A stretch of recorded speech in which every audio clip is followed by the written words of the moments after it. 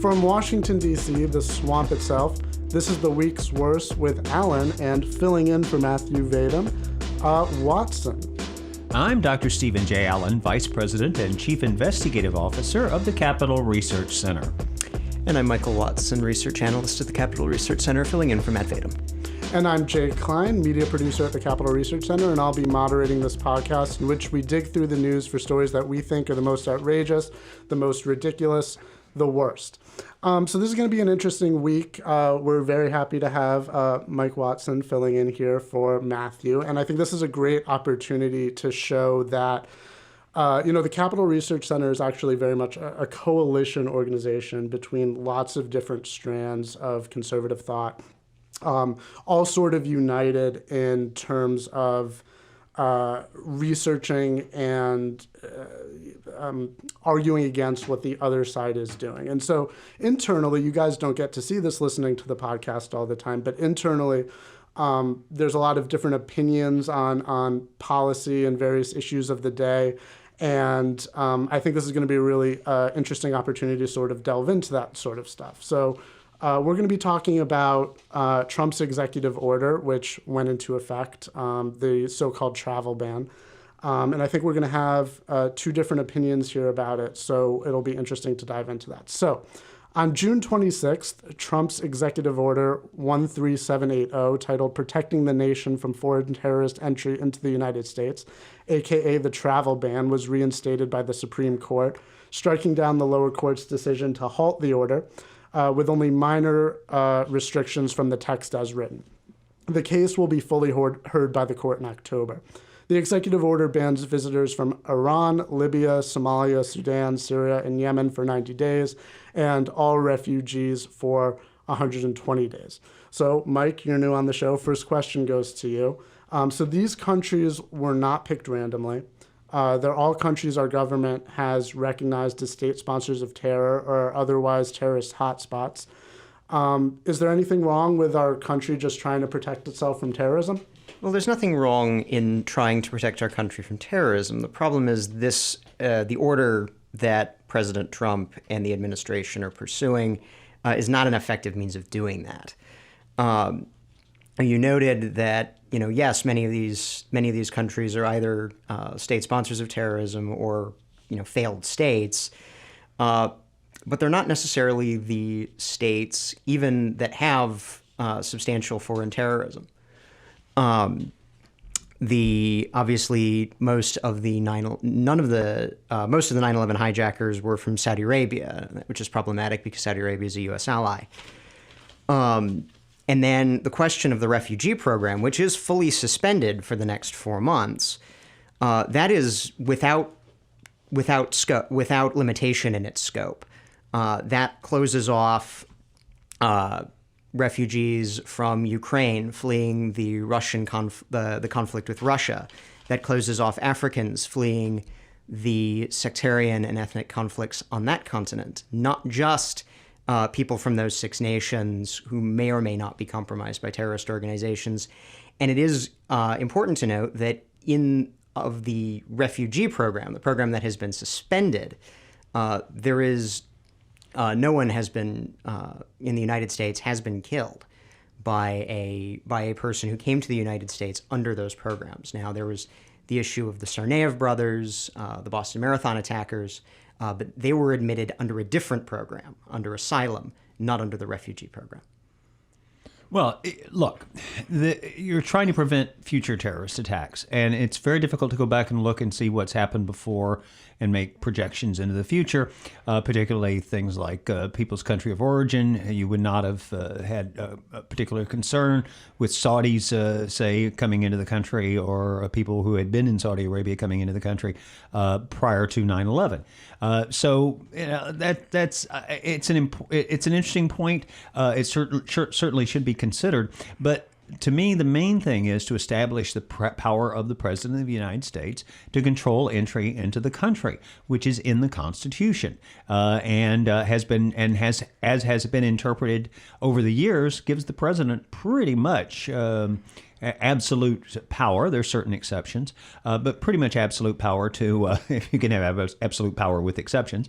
But if the president wanted to ban everyone who was redheaded or everyone whose name started with O, then the president probably has that authority. The courts make up the courts now. They wouldn't uphold that, but that's probably what you would have under the Constitution. And the reason is there's a difference between people who are in the United States, and that's either people who are present in the United States who are residents, including illegal residents, and people who are U.S. citizens. That group of people, they are generally referred to as U.S. persons, all the ones who are in the United States, and also U.S. citizens abroad are considered U.S. persons. But people who are neither U.S. citizens nor present in the United States, they don't really have rights under the Constitution. Now, obviously, I would not be in favor of doing anything that would take away someone's free speech rights necessarily in another country. I'm sure there are government programs that you could point to where there might have some implication that way. But in general, you have to draw the line somewhere, and you can't have the concern be the same level of constitutional protection for people who are either U.S. persons, that is, either citizens or in the United States present, and those who are outside. So part of this is to establish the authority of the president to do that, whoever the president might be, and for whatever purpose any president, the current one or a future one, might want to exercise this power. And that, I think, is something that I'm happy with the Supreme Court decision, more or less. There's that weird compromise part about family members, and clearly it was a compromise. There's not any sort of legal principle, I think, behind that. It was just sort of, well, I need to get Justice Roberts wanted to get all 9 votes for the main ruling, and he got that. And then this was part of the deal. But in any event, they need a breathing period. I mean, the president made clear that he was talking about, when he was talking about travel bans, he was talking about a breathing period, a period when they could sit down and work out a policy that made sense. And that's what they've got now. Well, Steve and Mike, you can correct me if I'm wrong. I think we're actually all on the same page about the legal aspect of this. As we've discussed on the podcast before, the Ninth Circuit Court is the most overturned circuit of court, and so this wasn't a big surprise to any of us that the decision would get overturned. I mean, to the extent, again, I fully believe that what the Ninth Circuit and the other lower courts had decided was an abomination unto constitutional law. But again, my problem with the policy is with the policy, not with the question of the president's authority. The president has the authority to do many things that are, in the words of the late Justice Antonin Scalia, stupid but constitutional. And I happen to believe that this is one of those things. And I would not necessarily say that this is the best way to handle this issue in terms of a long-term thing, but it's not a long-term thing. This is to put a halt, a temporary halt, to a certain class of immigration and travel into the United States, and that's to allow time to come up with a workable policy. Nobody was really trying to come up with a workable policy before, and we were headed toward what you have in Europe, where there's really uncontrolled immigration from terrorist hotspots that's leading to terrorist attacks. No, it hasn't happened that way in the United States, but we have a model which is the situation in Europe that we're trying to avoid. And the situation's different for us, from the Europeans. So the rules are going to be different. But that's what we're trying to avoid. Well, certainly it's an important part of the text of the bill that this is only a 90-day travel ban and 120 in the case of refugees. But, and that was supposed to be, yes, as you said, a breathing room period to be replaced by new extreme vetting procedures. But it's already been 90 days since the executive order was originally signed.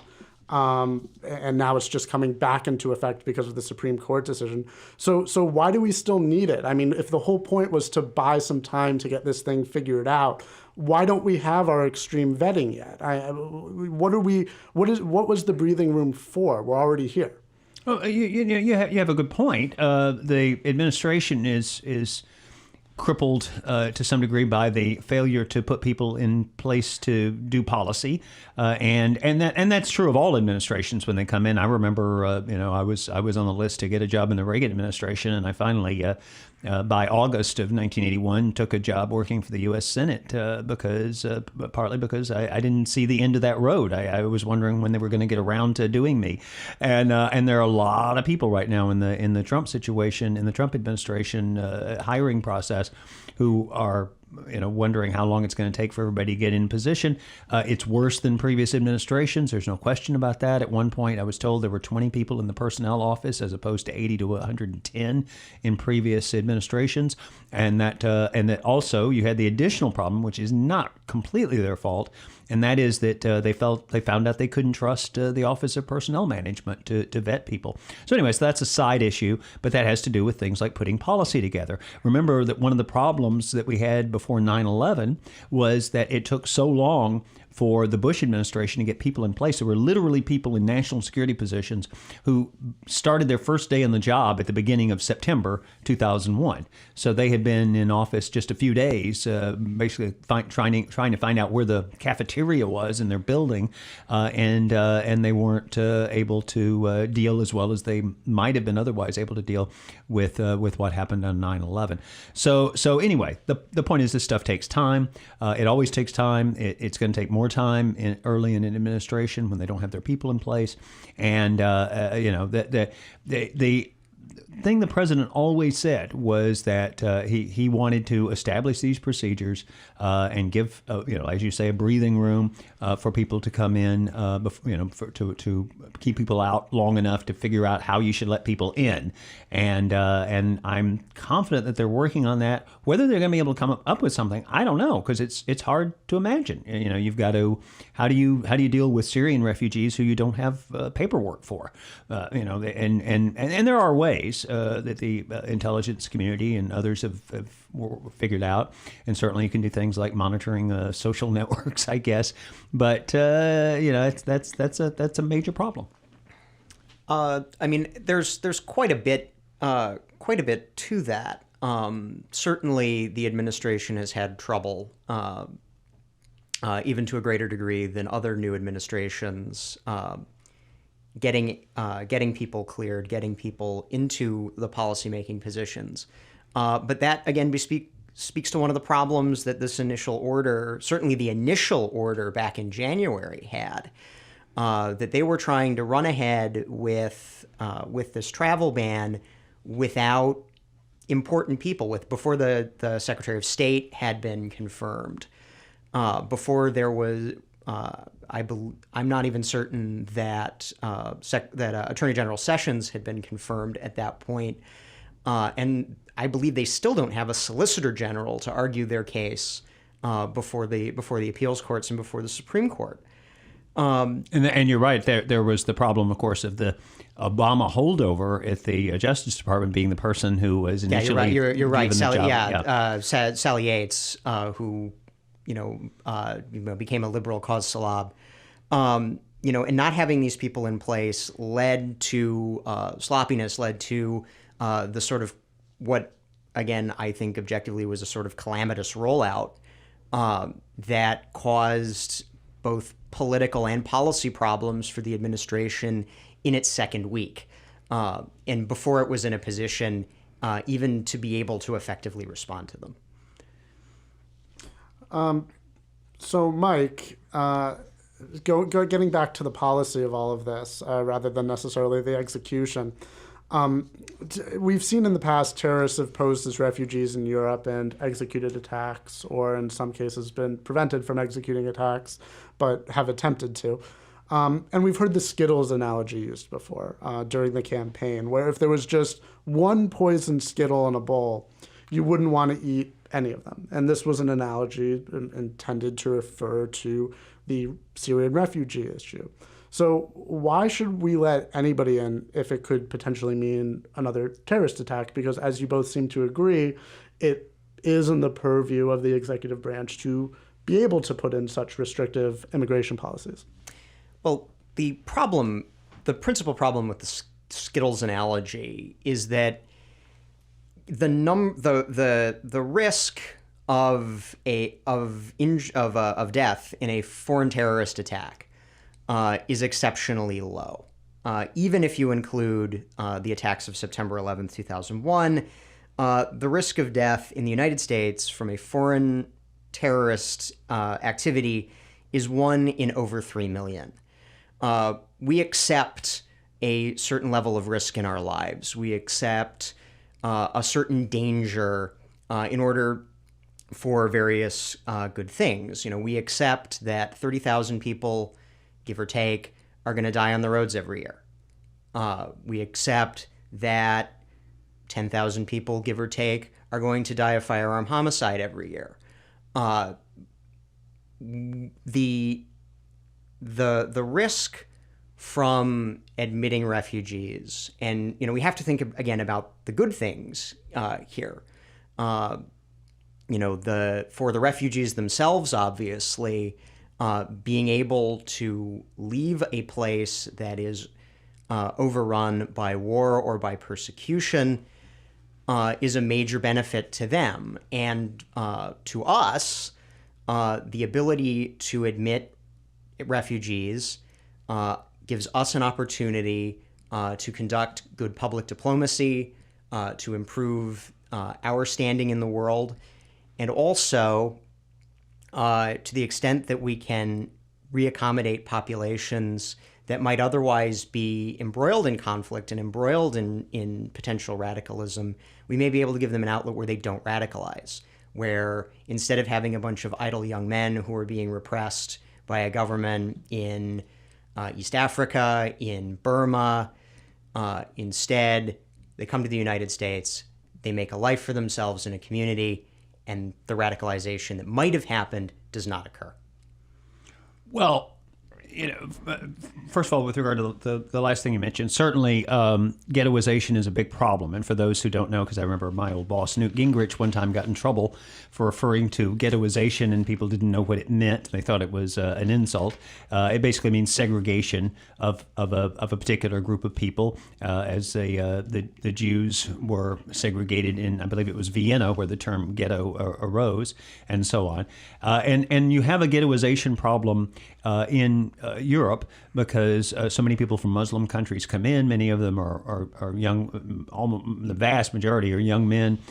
They come in, they're needed for the economy, because when you have these welfare states, they have very early ages of retirement with very high level of retirement benefits. Their economies end up being dependent on having lots of young workers imported into the country. So the country has a hard time in not bringing in people from Morocco or wherever in order to fill certain jobs. People then, however, because they're not assimilated in a good way, the melting pot kind of way, where cultures come together and you get the best of all of them, which is what the United States is largely founded on, that concept. Instead, they end up in their own neighborhoods. They end up being exposed to radical clerics who are the leaders in the community. You have no-go zones for police that eventually develop in a lot of places, and then that's where you get a lot of the problem that you have in Europe, and obviously we want to avoid having that in the United States. It's interesting, by the way, that the Syrian refugees, at least under the Obama administration, they were very careful in how they placed them. For example, not placing them anywhere in the vicinity of Washington, D.C., so you'd have some in Virginia, but they would be downstate, far from Washington, D.C., and it was clearly that there was a political placement, sort of putting them in the areas that would cause the least political problems. But of course, a lot of problems for the people that maybe live in that area that aren't used to handling folks coming in who are from other countries and different cultures. But in any event,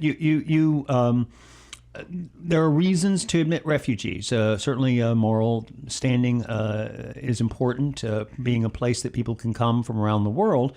And you have the added aspect of this situation that a lot of the trouble in the Middle East is the fault of the Barack Obama, Hillary Clinton, John Kerry policies that led to the collapse in Libya, for example. A lot of the situation in Syria, I think, can be blamed directly on them. And so we have a moral responsibility, I guess, because we voted for those folks back in 2008 and 2012. We collectively did. But a lot of it, a lot of how you handle it is a lot of you should have rules, for example, that give benefit to the people who are victims of genocide. And what we saw in the first 2,500 Syrian refugees in the country under the Obama administration, and there was, I believe, less than 1% were Christians. Christians are 10% of the population of Syria, or at least they were before the conflict, so they should be a much higher percentage. There was one Yazidi, not 1%, one Yazidi, and they're particularly subject to genocide. So you need to have policies that protect people who are subject to genocide. That's been a policy of us since we failed to do that leading up to World War II, and that's considered one of the great moral failings of our country, that we didn't take more steps to protect the Jews in Europe and others who were subject to the Holocaust, and we should be doing that with regard to these refugees coming in. But so far, it's been, I believe, less than 0.5% have been Christians, and the number of Yazidis has been very small. And we need to concentrate on folks like that if we're going to have a policy that is in fact moral. Well, I don't think there's necessarily anything wrong with, accepting persecuted groups. Of course, we should be doing that. I think there is a moral responsibility to do that. But part of the problem with this ban is that, there are other people who are being persecuted too, who might not be a part of that minority community, but are still in a war zone, are still at severe risk from the Syrian regime or ISIS potentially. So it seems like this is going further than just letting more of those people in, but saying we're going to ban an entire class of people that are also being persecuted. I mean, so even the first the first attempt at the order back in January, which was, I believe, wrongly criticized by pro-immigration and pro-refugee groups for privileging religious minorities, had this 4-month pause in all refugees worldwide. And while I think that religious minorities that are facing persecution, both conventional political persecution that they might face in a place like North Korea or a place like China, in addition to genocide that they're facing in Syria and Iraq from ISIL, from the regime, that privileging people being persecuted for their religion, which has been the U.S. policy for many, many years, is important. But the problem is this order doesn't do that. It closes off all the doors for 4 months. Well, but again, they're trying to figure out a good policy, and one of the amazing things about this was the media kept reporting this as a Muslim ban often, or at least as a ban on people from 7 and then later 6 Muslim majority countries. Well, of course, you can't look at a list of Muslim countries either by population or by in total population or by a percentage of the population, and from that list pick out who the Muslim countries are that are affected by this ban. I calculated the odds. If you use the Muslim majority countries, about 47 or so, then your chance of picking out the 7 that were on the original list by looking at that list with the names blacked out would be like 63 million to 1. Whereas if you use the list of terrorist hotspots, it would be, I think, 100% that were this list that was prepared by the Obama administration. So people sometimes say that we're going after Muslims in this case. And I know there was the rhetoric of the president early in the campaign. He did withdraw that the proposal to ban all Muslims during this temporary ban, or people from Muslim countries, I should say. That was a policy that he consciously and openly changed. But of course, people in the courts pointed to that and said, well, this is what he really meant. I often wonder if you would have had the courts with the same attitude back in the 1930s when Franklin Roosevelt, having run for office on the pledge of shrinking the size of government and cutting taxes, if courts had come in and said, well, the president's put up all these New Deal ideas out there, but we have to judge them based on his campaign rhetoric, which was smaller government and lower taxes. I don't think that would be considered reasonable, and so you can't have courts go down that road of starting to judge people as they did. There were many comments that if Obama had proposed exactly the same policy, that the courts would have approved it, whereas they didn't for Donald Trump. So that's another factor, another issue in this that I'm very glad that the Supreme Court acted the way it did. In terms of look, we can't take people from everywhere. We have to be very selective, or at least somewhat selective, because there are places all over the world where people are being persecuted in horrible ways, and are being subject to all the ravages of war, of famine caused by conflict. And I want to be generous. I want us to be a generous and a welcoming country.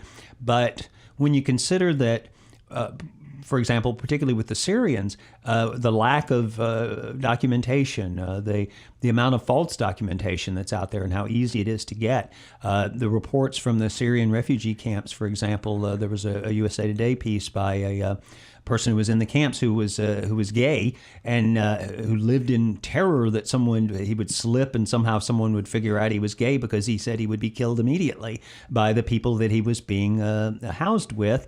And how many people do you want to come into the country who have ideals that are contrary to those of mainstream America with regard to the subjugation of women, the sexual mutilation of women, the murder of homosexuals, and things like that. So that's an issue that we have to deal with, and I'm not sure exactly what the solution is, because you would need a mind reading machine to get all these folks. Well, so, Steve, an internal report compiled by the U.S. Department of Homeland Security Intelligence and Analysis Unit concluded that people from the nations affected by the travel ban pose no increased terror risk, and there have been no deaths in the United States caused by extremists with family backgrounds in the banned countries. So I hear what you're saying about we've seen a lot of bad ideas coming from these people and these terrorist attacks in Europe, but we already have different immigration policies than the European Union does. So why do we need this ban when it seems like it has not been a problem in the past, and Homeland Security says it won't be a problem in the present? Right.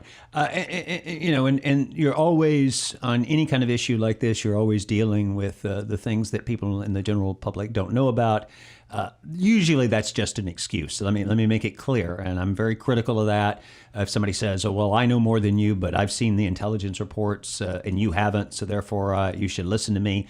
Most of the time, it turns out the person is either lying or at least exaggerating his degree of expertise based on this secret information. So let me make it very clear. However, there is the aspect that there are plots out there that we don't know about, plots that have been foiled that we don't know about. And so I give the government, I'm not one to give the government much leeway, but I give the people in administration a little bit of leeway in terms of something like picking which countries to target for something like this. Part of it is the Skittles problem, and that is we're talking about such a small number of people who are involved in nefarious activities in the general scheme of things.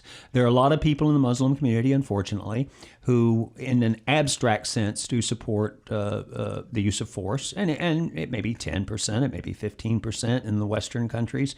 There are more than that who would support, for example, applying Sharia law to a Muslim so that someone is punished for trying to leave the religion, for example, even killed for trying to leave the religion. That seems to be a pretty substantial percentage, unfortunately.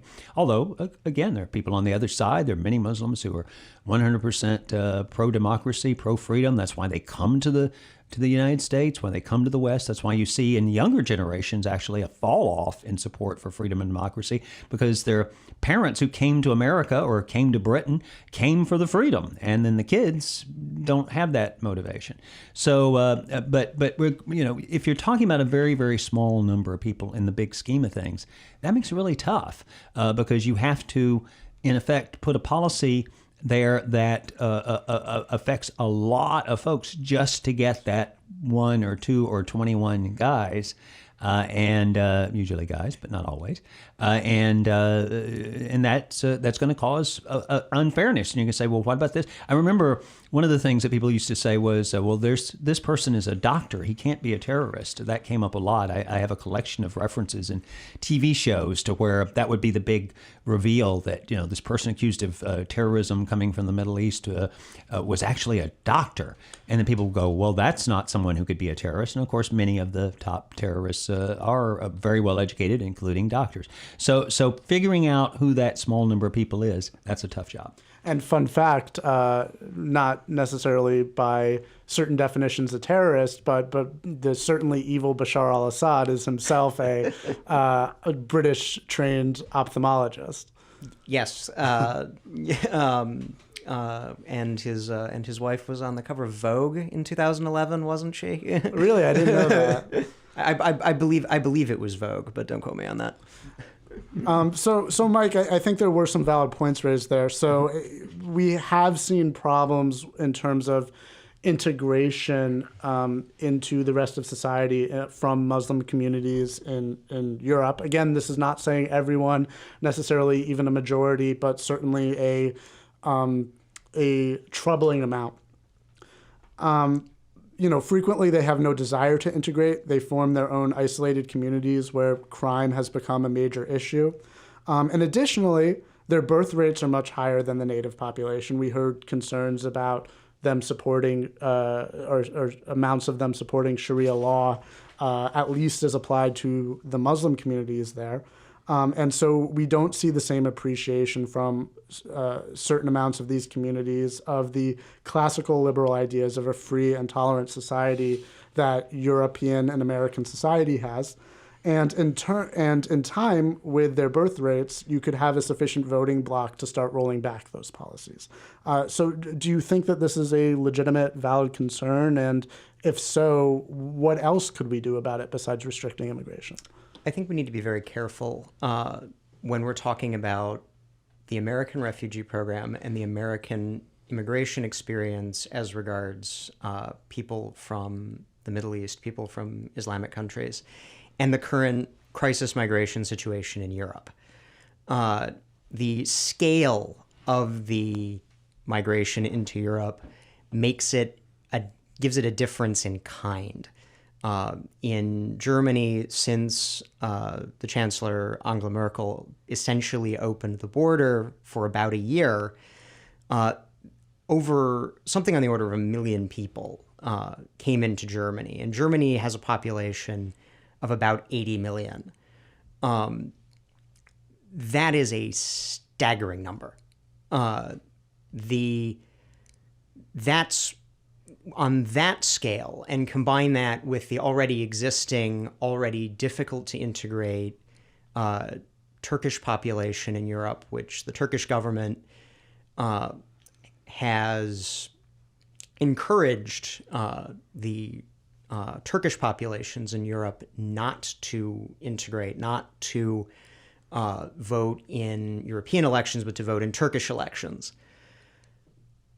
Combine those together and you have a large enough population that you can have national level problems. The Muslim population in the United States is incredibly small, less than 1% of the population. If you're looking at their political involvement, they are so small that the national exit poll can't get a statistically significant sample.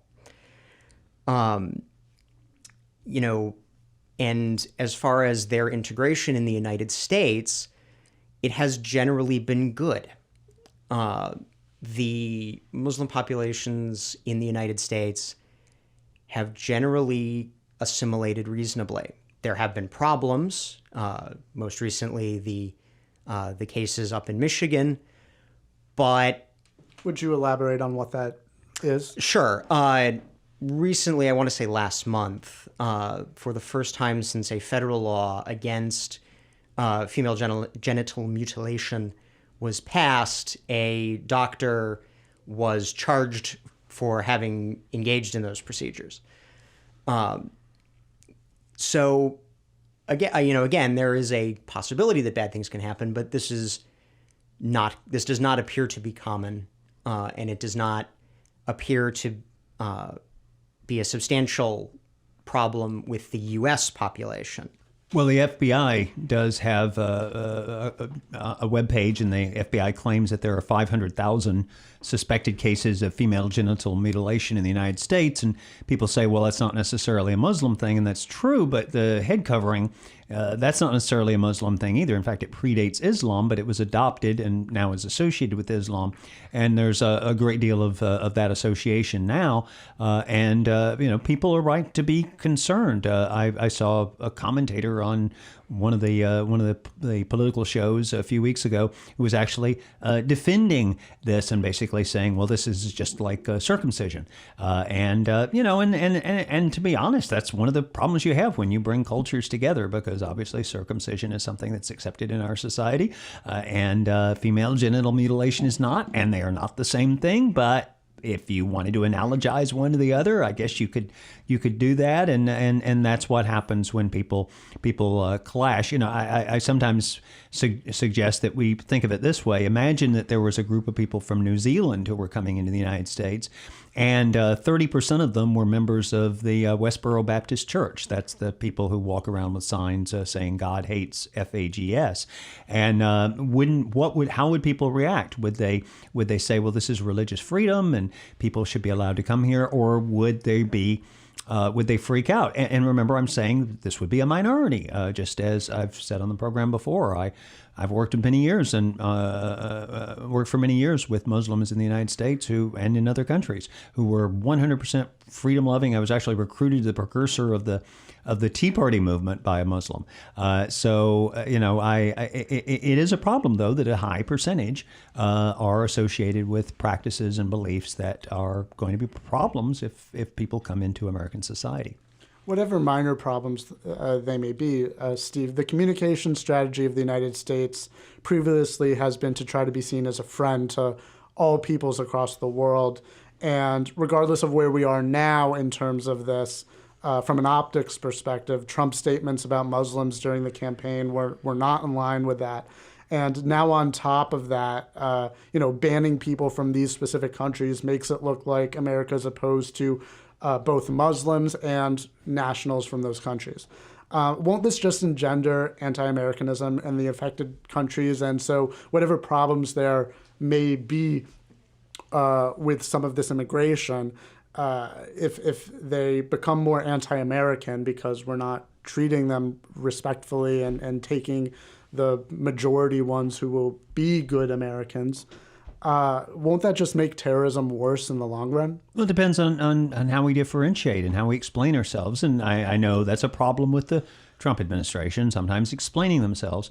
But clearly, a lot of people get this. The president met with 54 countries represented at the conference, where you had major Muslim countries come out and the leaders declare that they're going to help crush the terrorist threat. And I know Saudis were there, and I get the problem that the Saudis have been funding terrorism going back to George Washington's time, partly so that they would be left alone, that the ruling class would be left alone as long as they were providing that funding for terrorists going after other folks. So there are all kinds of problems involved, but the main thing is to keep clear that those who will either pursue what we consider the good values of freedom and democracy and respect and equality, or at least will leave us alone, and we'll have to make hard choices. How many. We can't change all the countries of the world. We can't impose our values on them as much as we might like to if we had that power. Or maybe we shouldn't do it even if we did have the power. But the point is we can't do it. And so we have to take that into account. And when we're dealing with the Muslim world, make it clear that there are some Muslims who are our friends and some who are our adversaries. Make it clear what the criteria are for deciding which camp you're in, and line up with the Muslims who want to be what we would consider to be the good guys, the Jordanians, for example, who are the Egyptians in the current regime. Again, I'm not defending anything that they do. I'm saying that you have to make hard choices. We had this lineup of all things with Stalin to beat Hitler, and it was a necessary choice. So we can certainly deal with these with the various countries of the world as they're becoming our allies, and we help them fight the threat in their own countries, and we stand with Zuhdi Jasser and those who are trying to build a reform movement in Islam, and that will maybe get us away from the current conflict. Well, and I actually think that raises many good points that I agree with. Certainly, the way that the Trump administration in its early days has interacted with the historical American allies in the Middle East, in the Arab world, I think is a positive change from the Obama administration's very favorable treatment of the revolutionary regime in Iran. And yeah, when we're talking about the Middle East, there are not very many good guys. There are a lot of guys who are bad in a lot of ways, and we may be put in a position where we have to decide that we have to side with Saudi Arabia against ISIS, even though in terms of human rights, they are a lot more similar than we would definitely want them to be. But to get back to a point we were discussing earlier regarding the potential the values that potential migrants are bringing to the United States, it reminds me, back in the 1800s, we had much larger migrations of a religious minority with extraordinarily different views than the prevailing consensus in the United States. And of course, I'm talking about Irish Catholics. It was a commonly held belief that politically, Catholics, especially Irish Catholics, were enthralled to the Pope. John Kennedy had to give a speech when he was running for president saying, "I'm not taking orders from the Pope," even as he was sleeping with about anyone he could get the opportunity to sleep with. And now, Roman Catholics are an ordinary and expected part of American society. Indeed, politically, even though for a very long time they were overwhelmingly Democrat, Donald Trump won Catholics, according to the exit poll.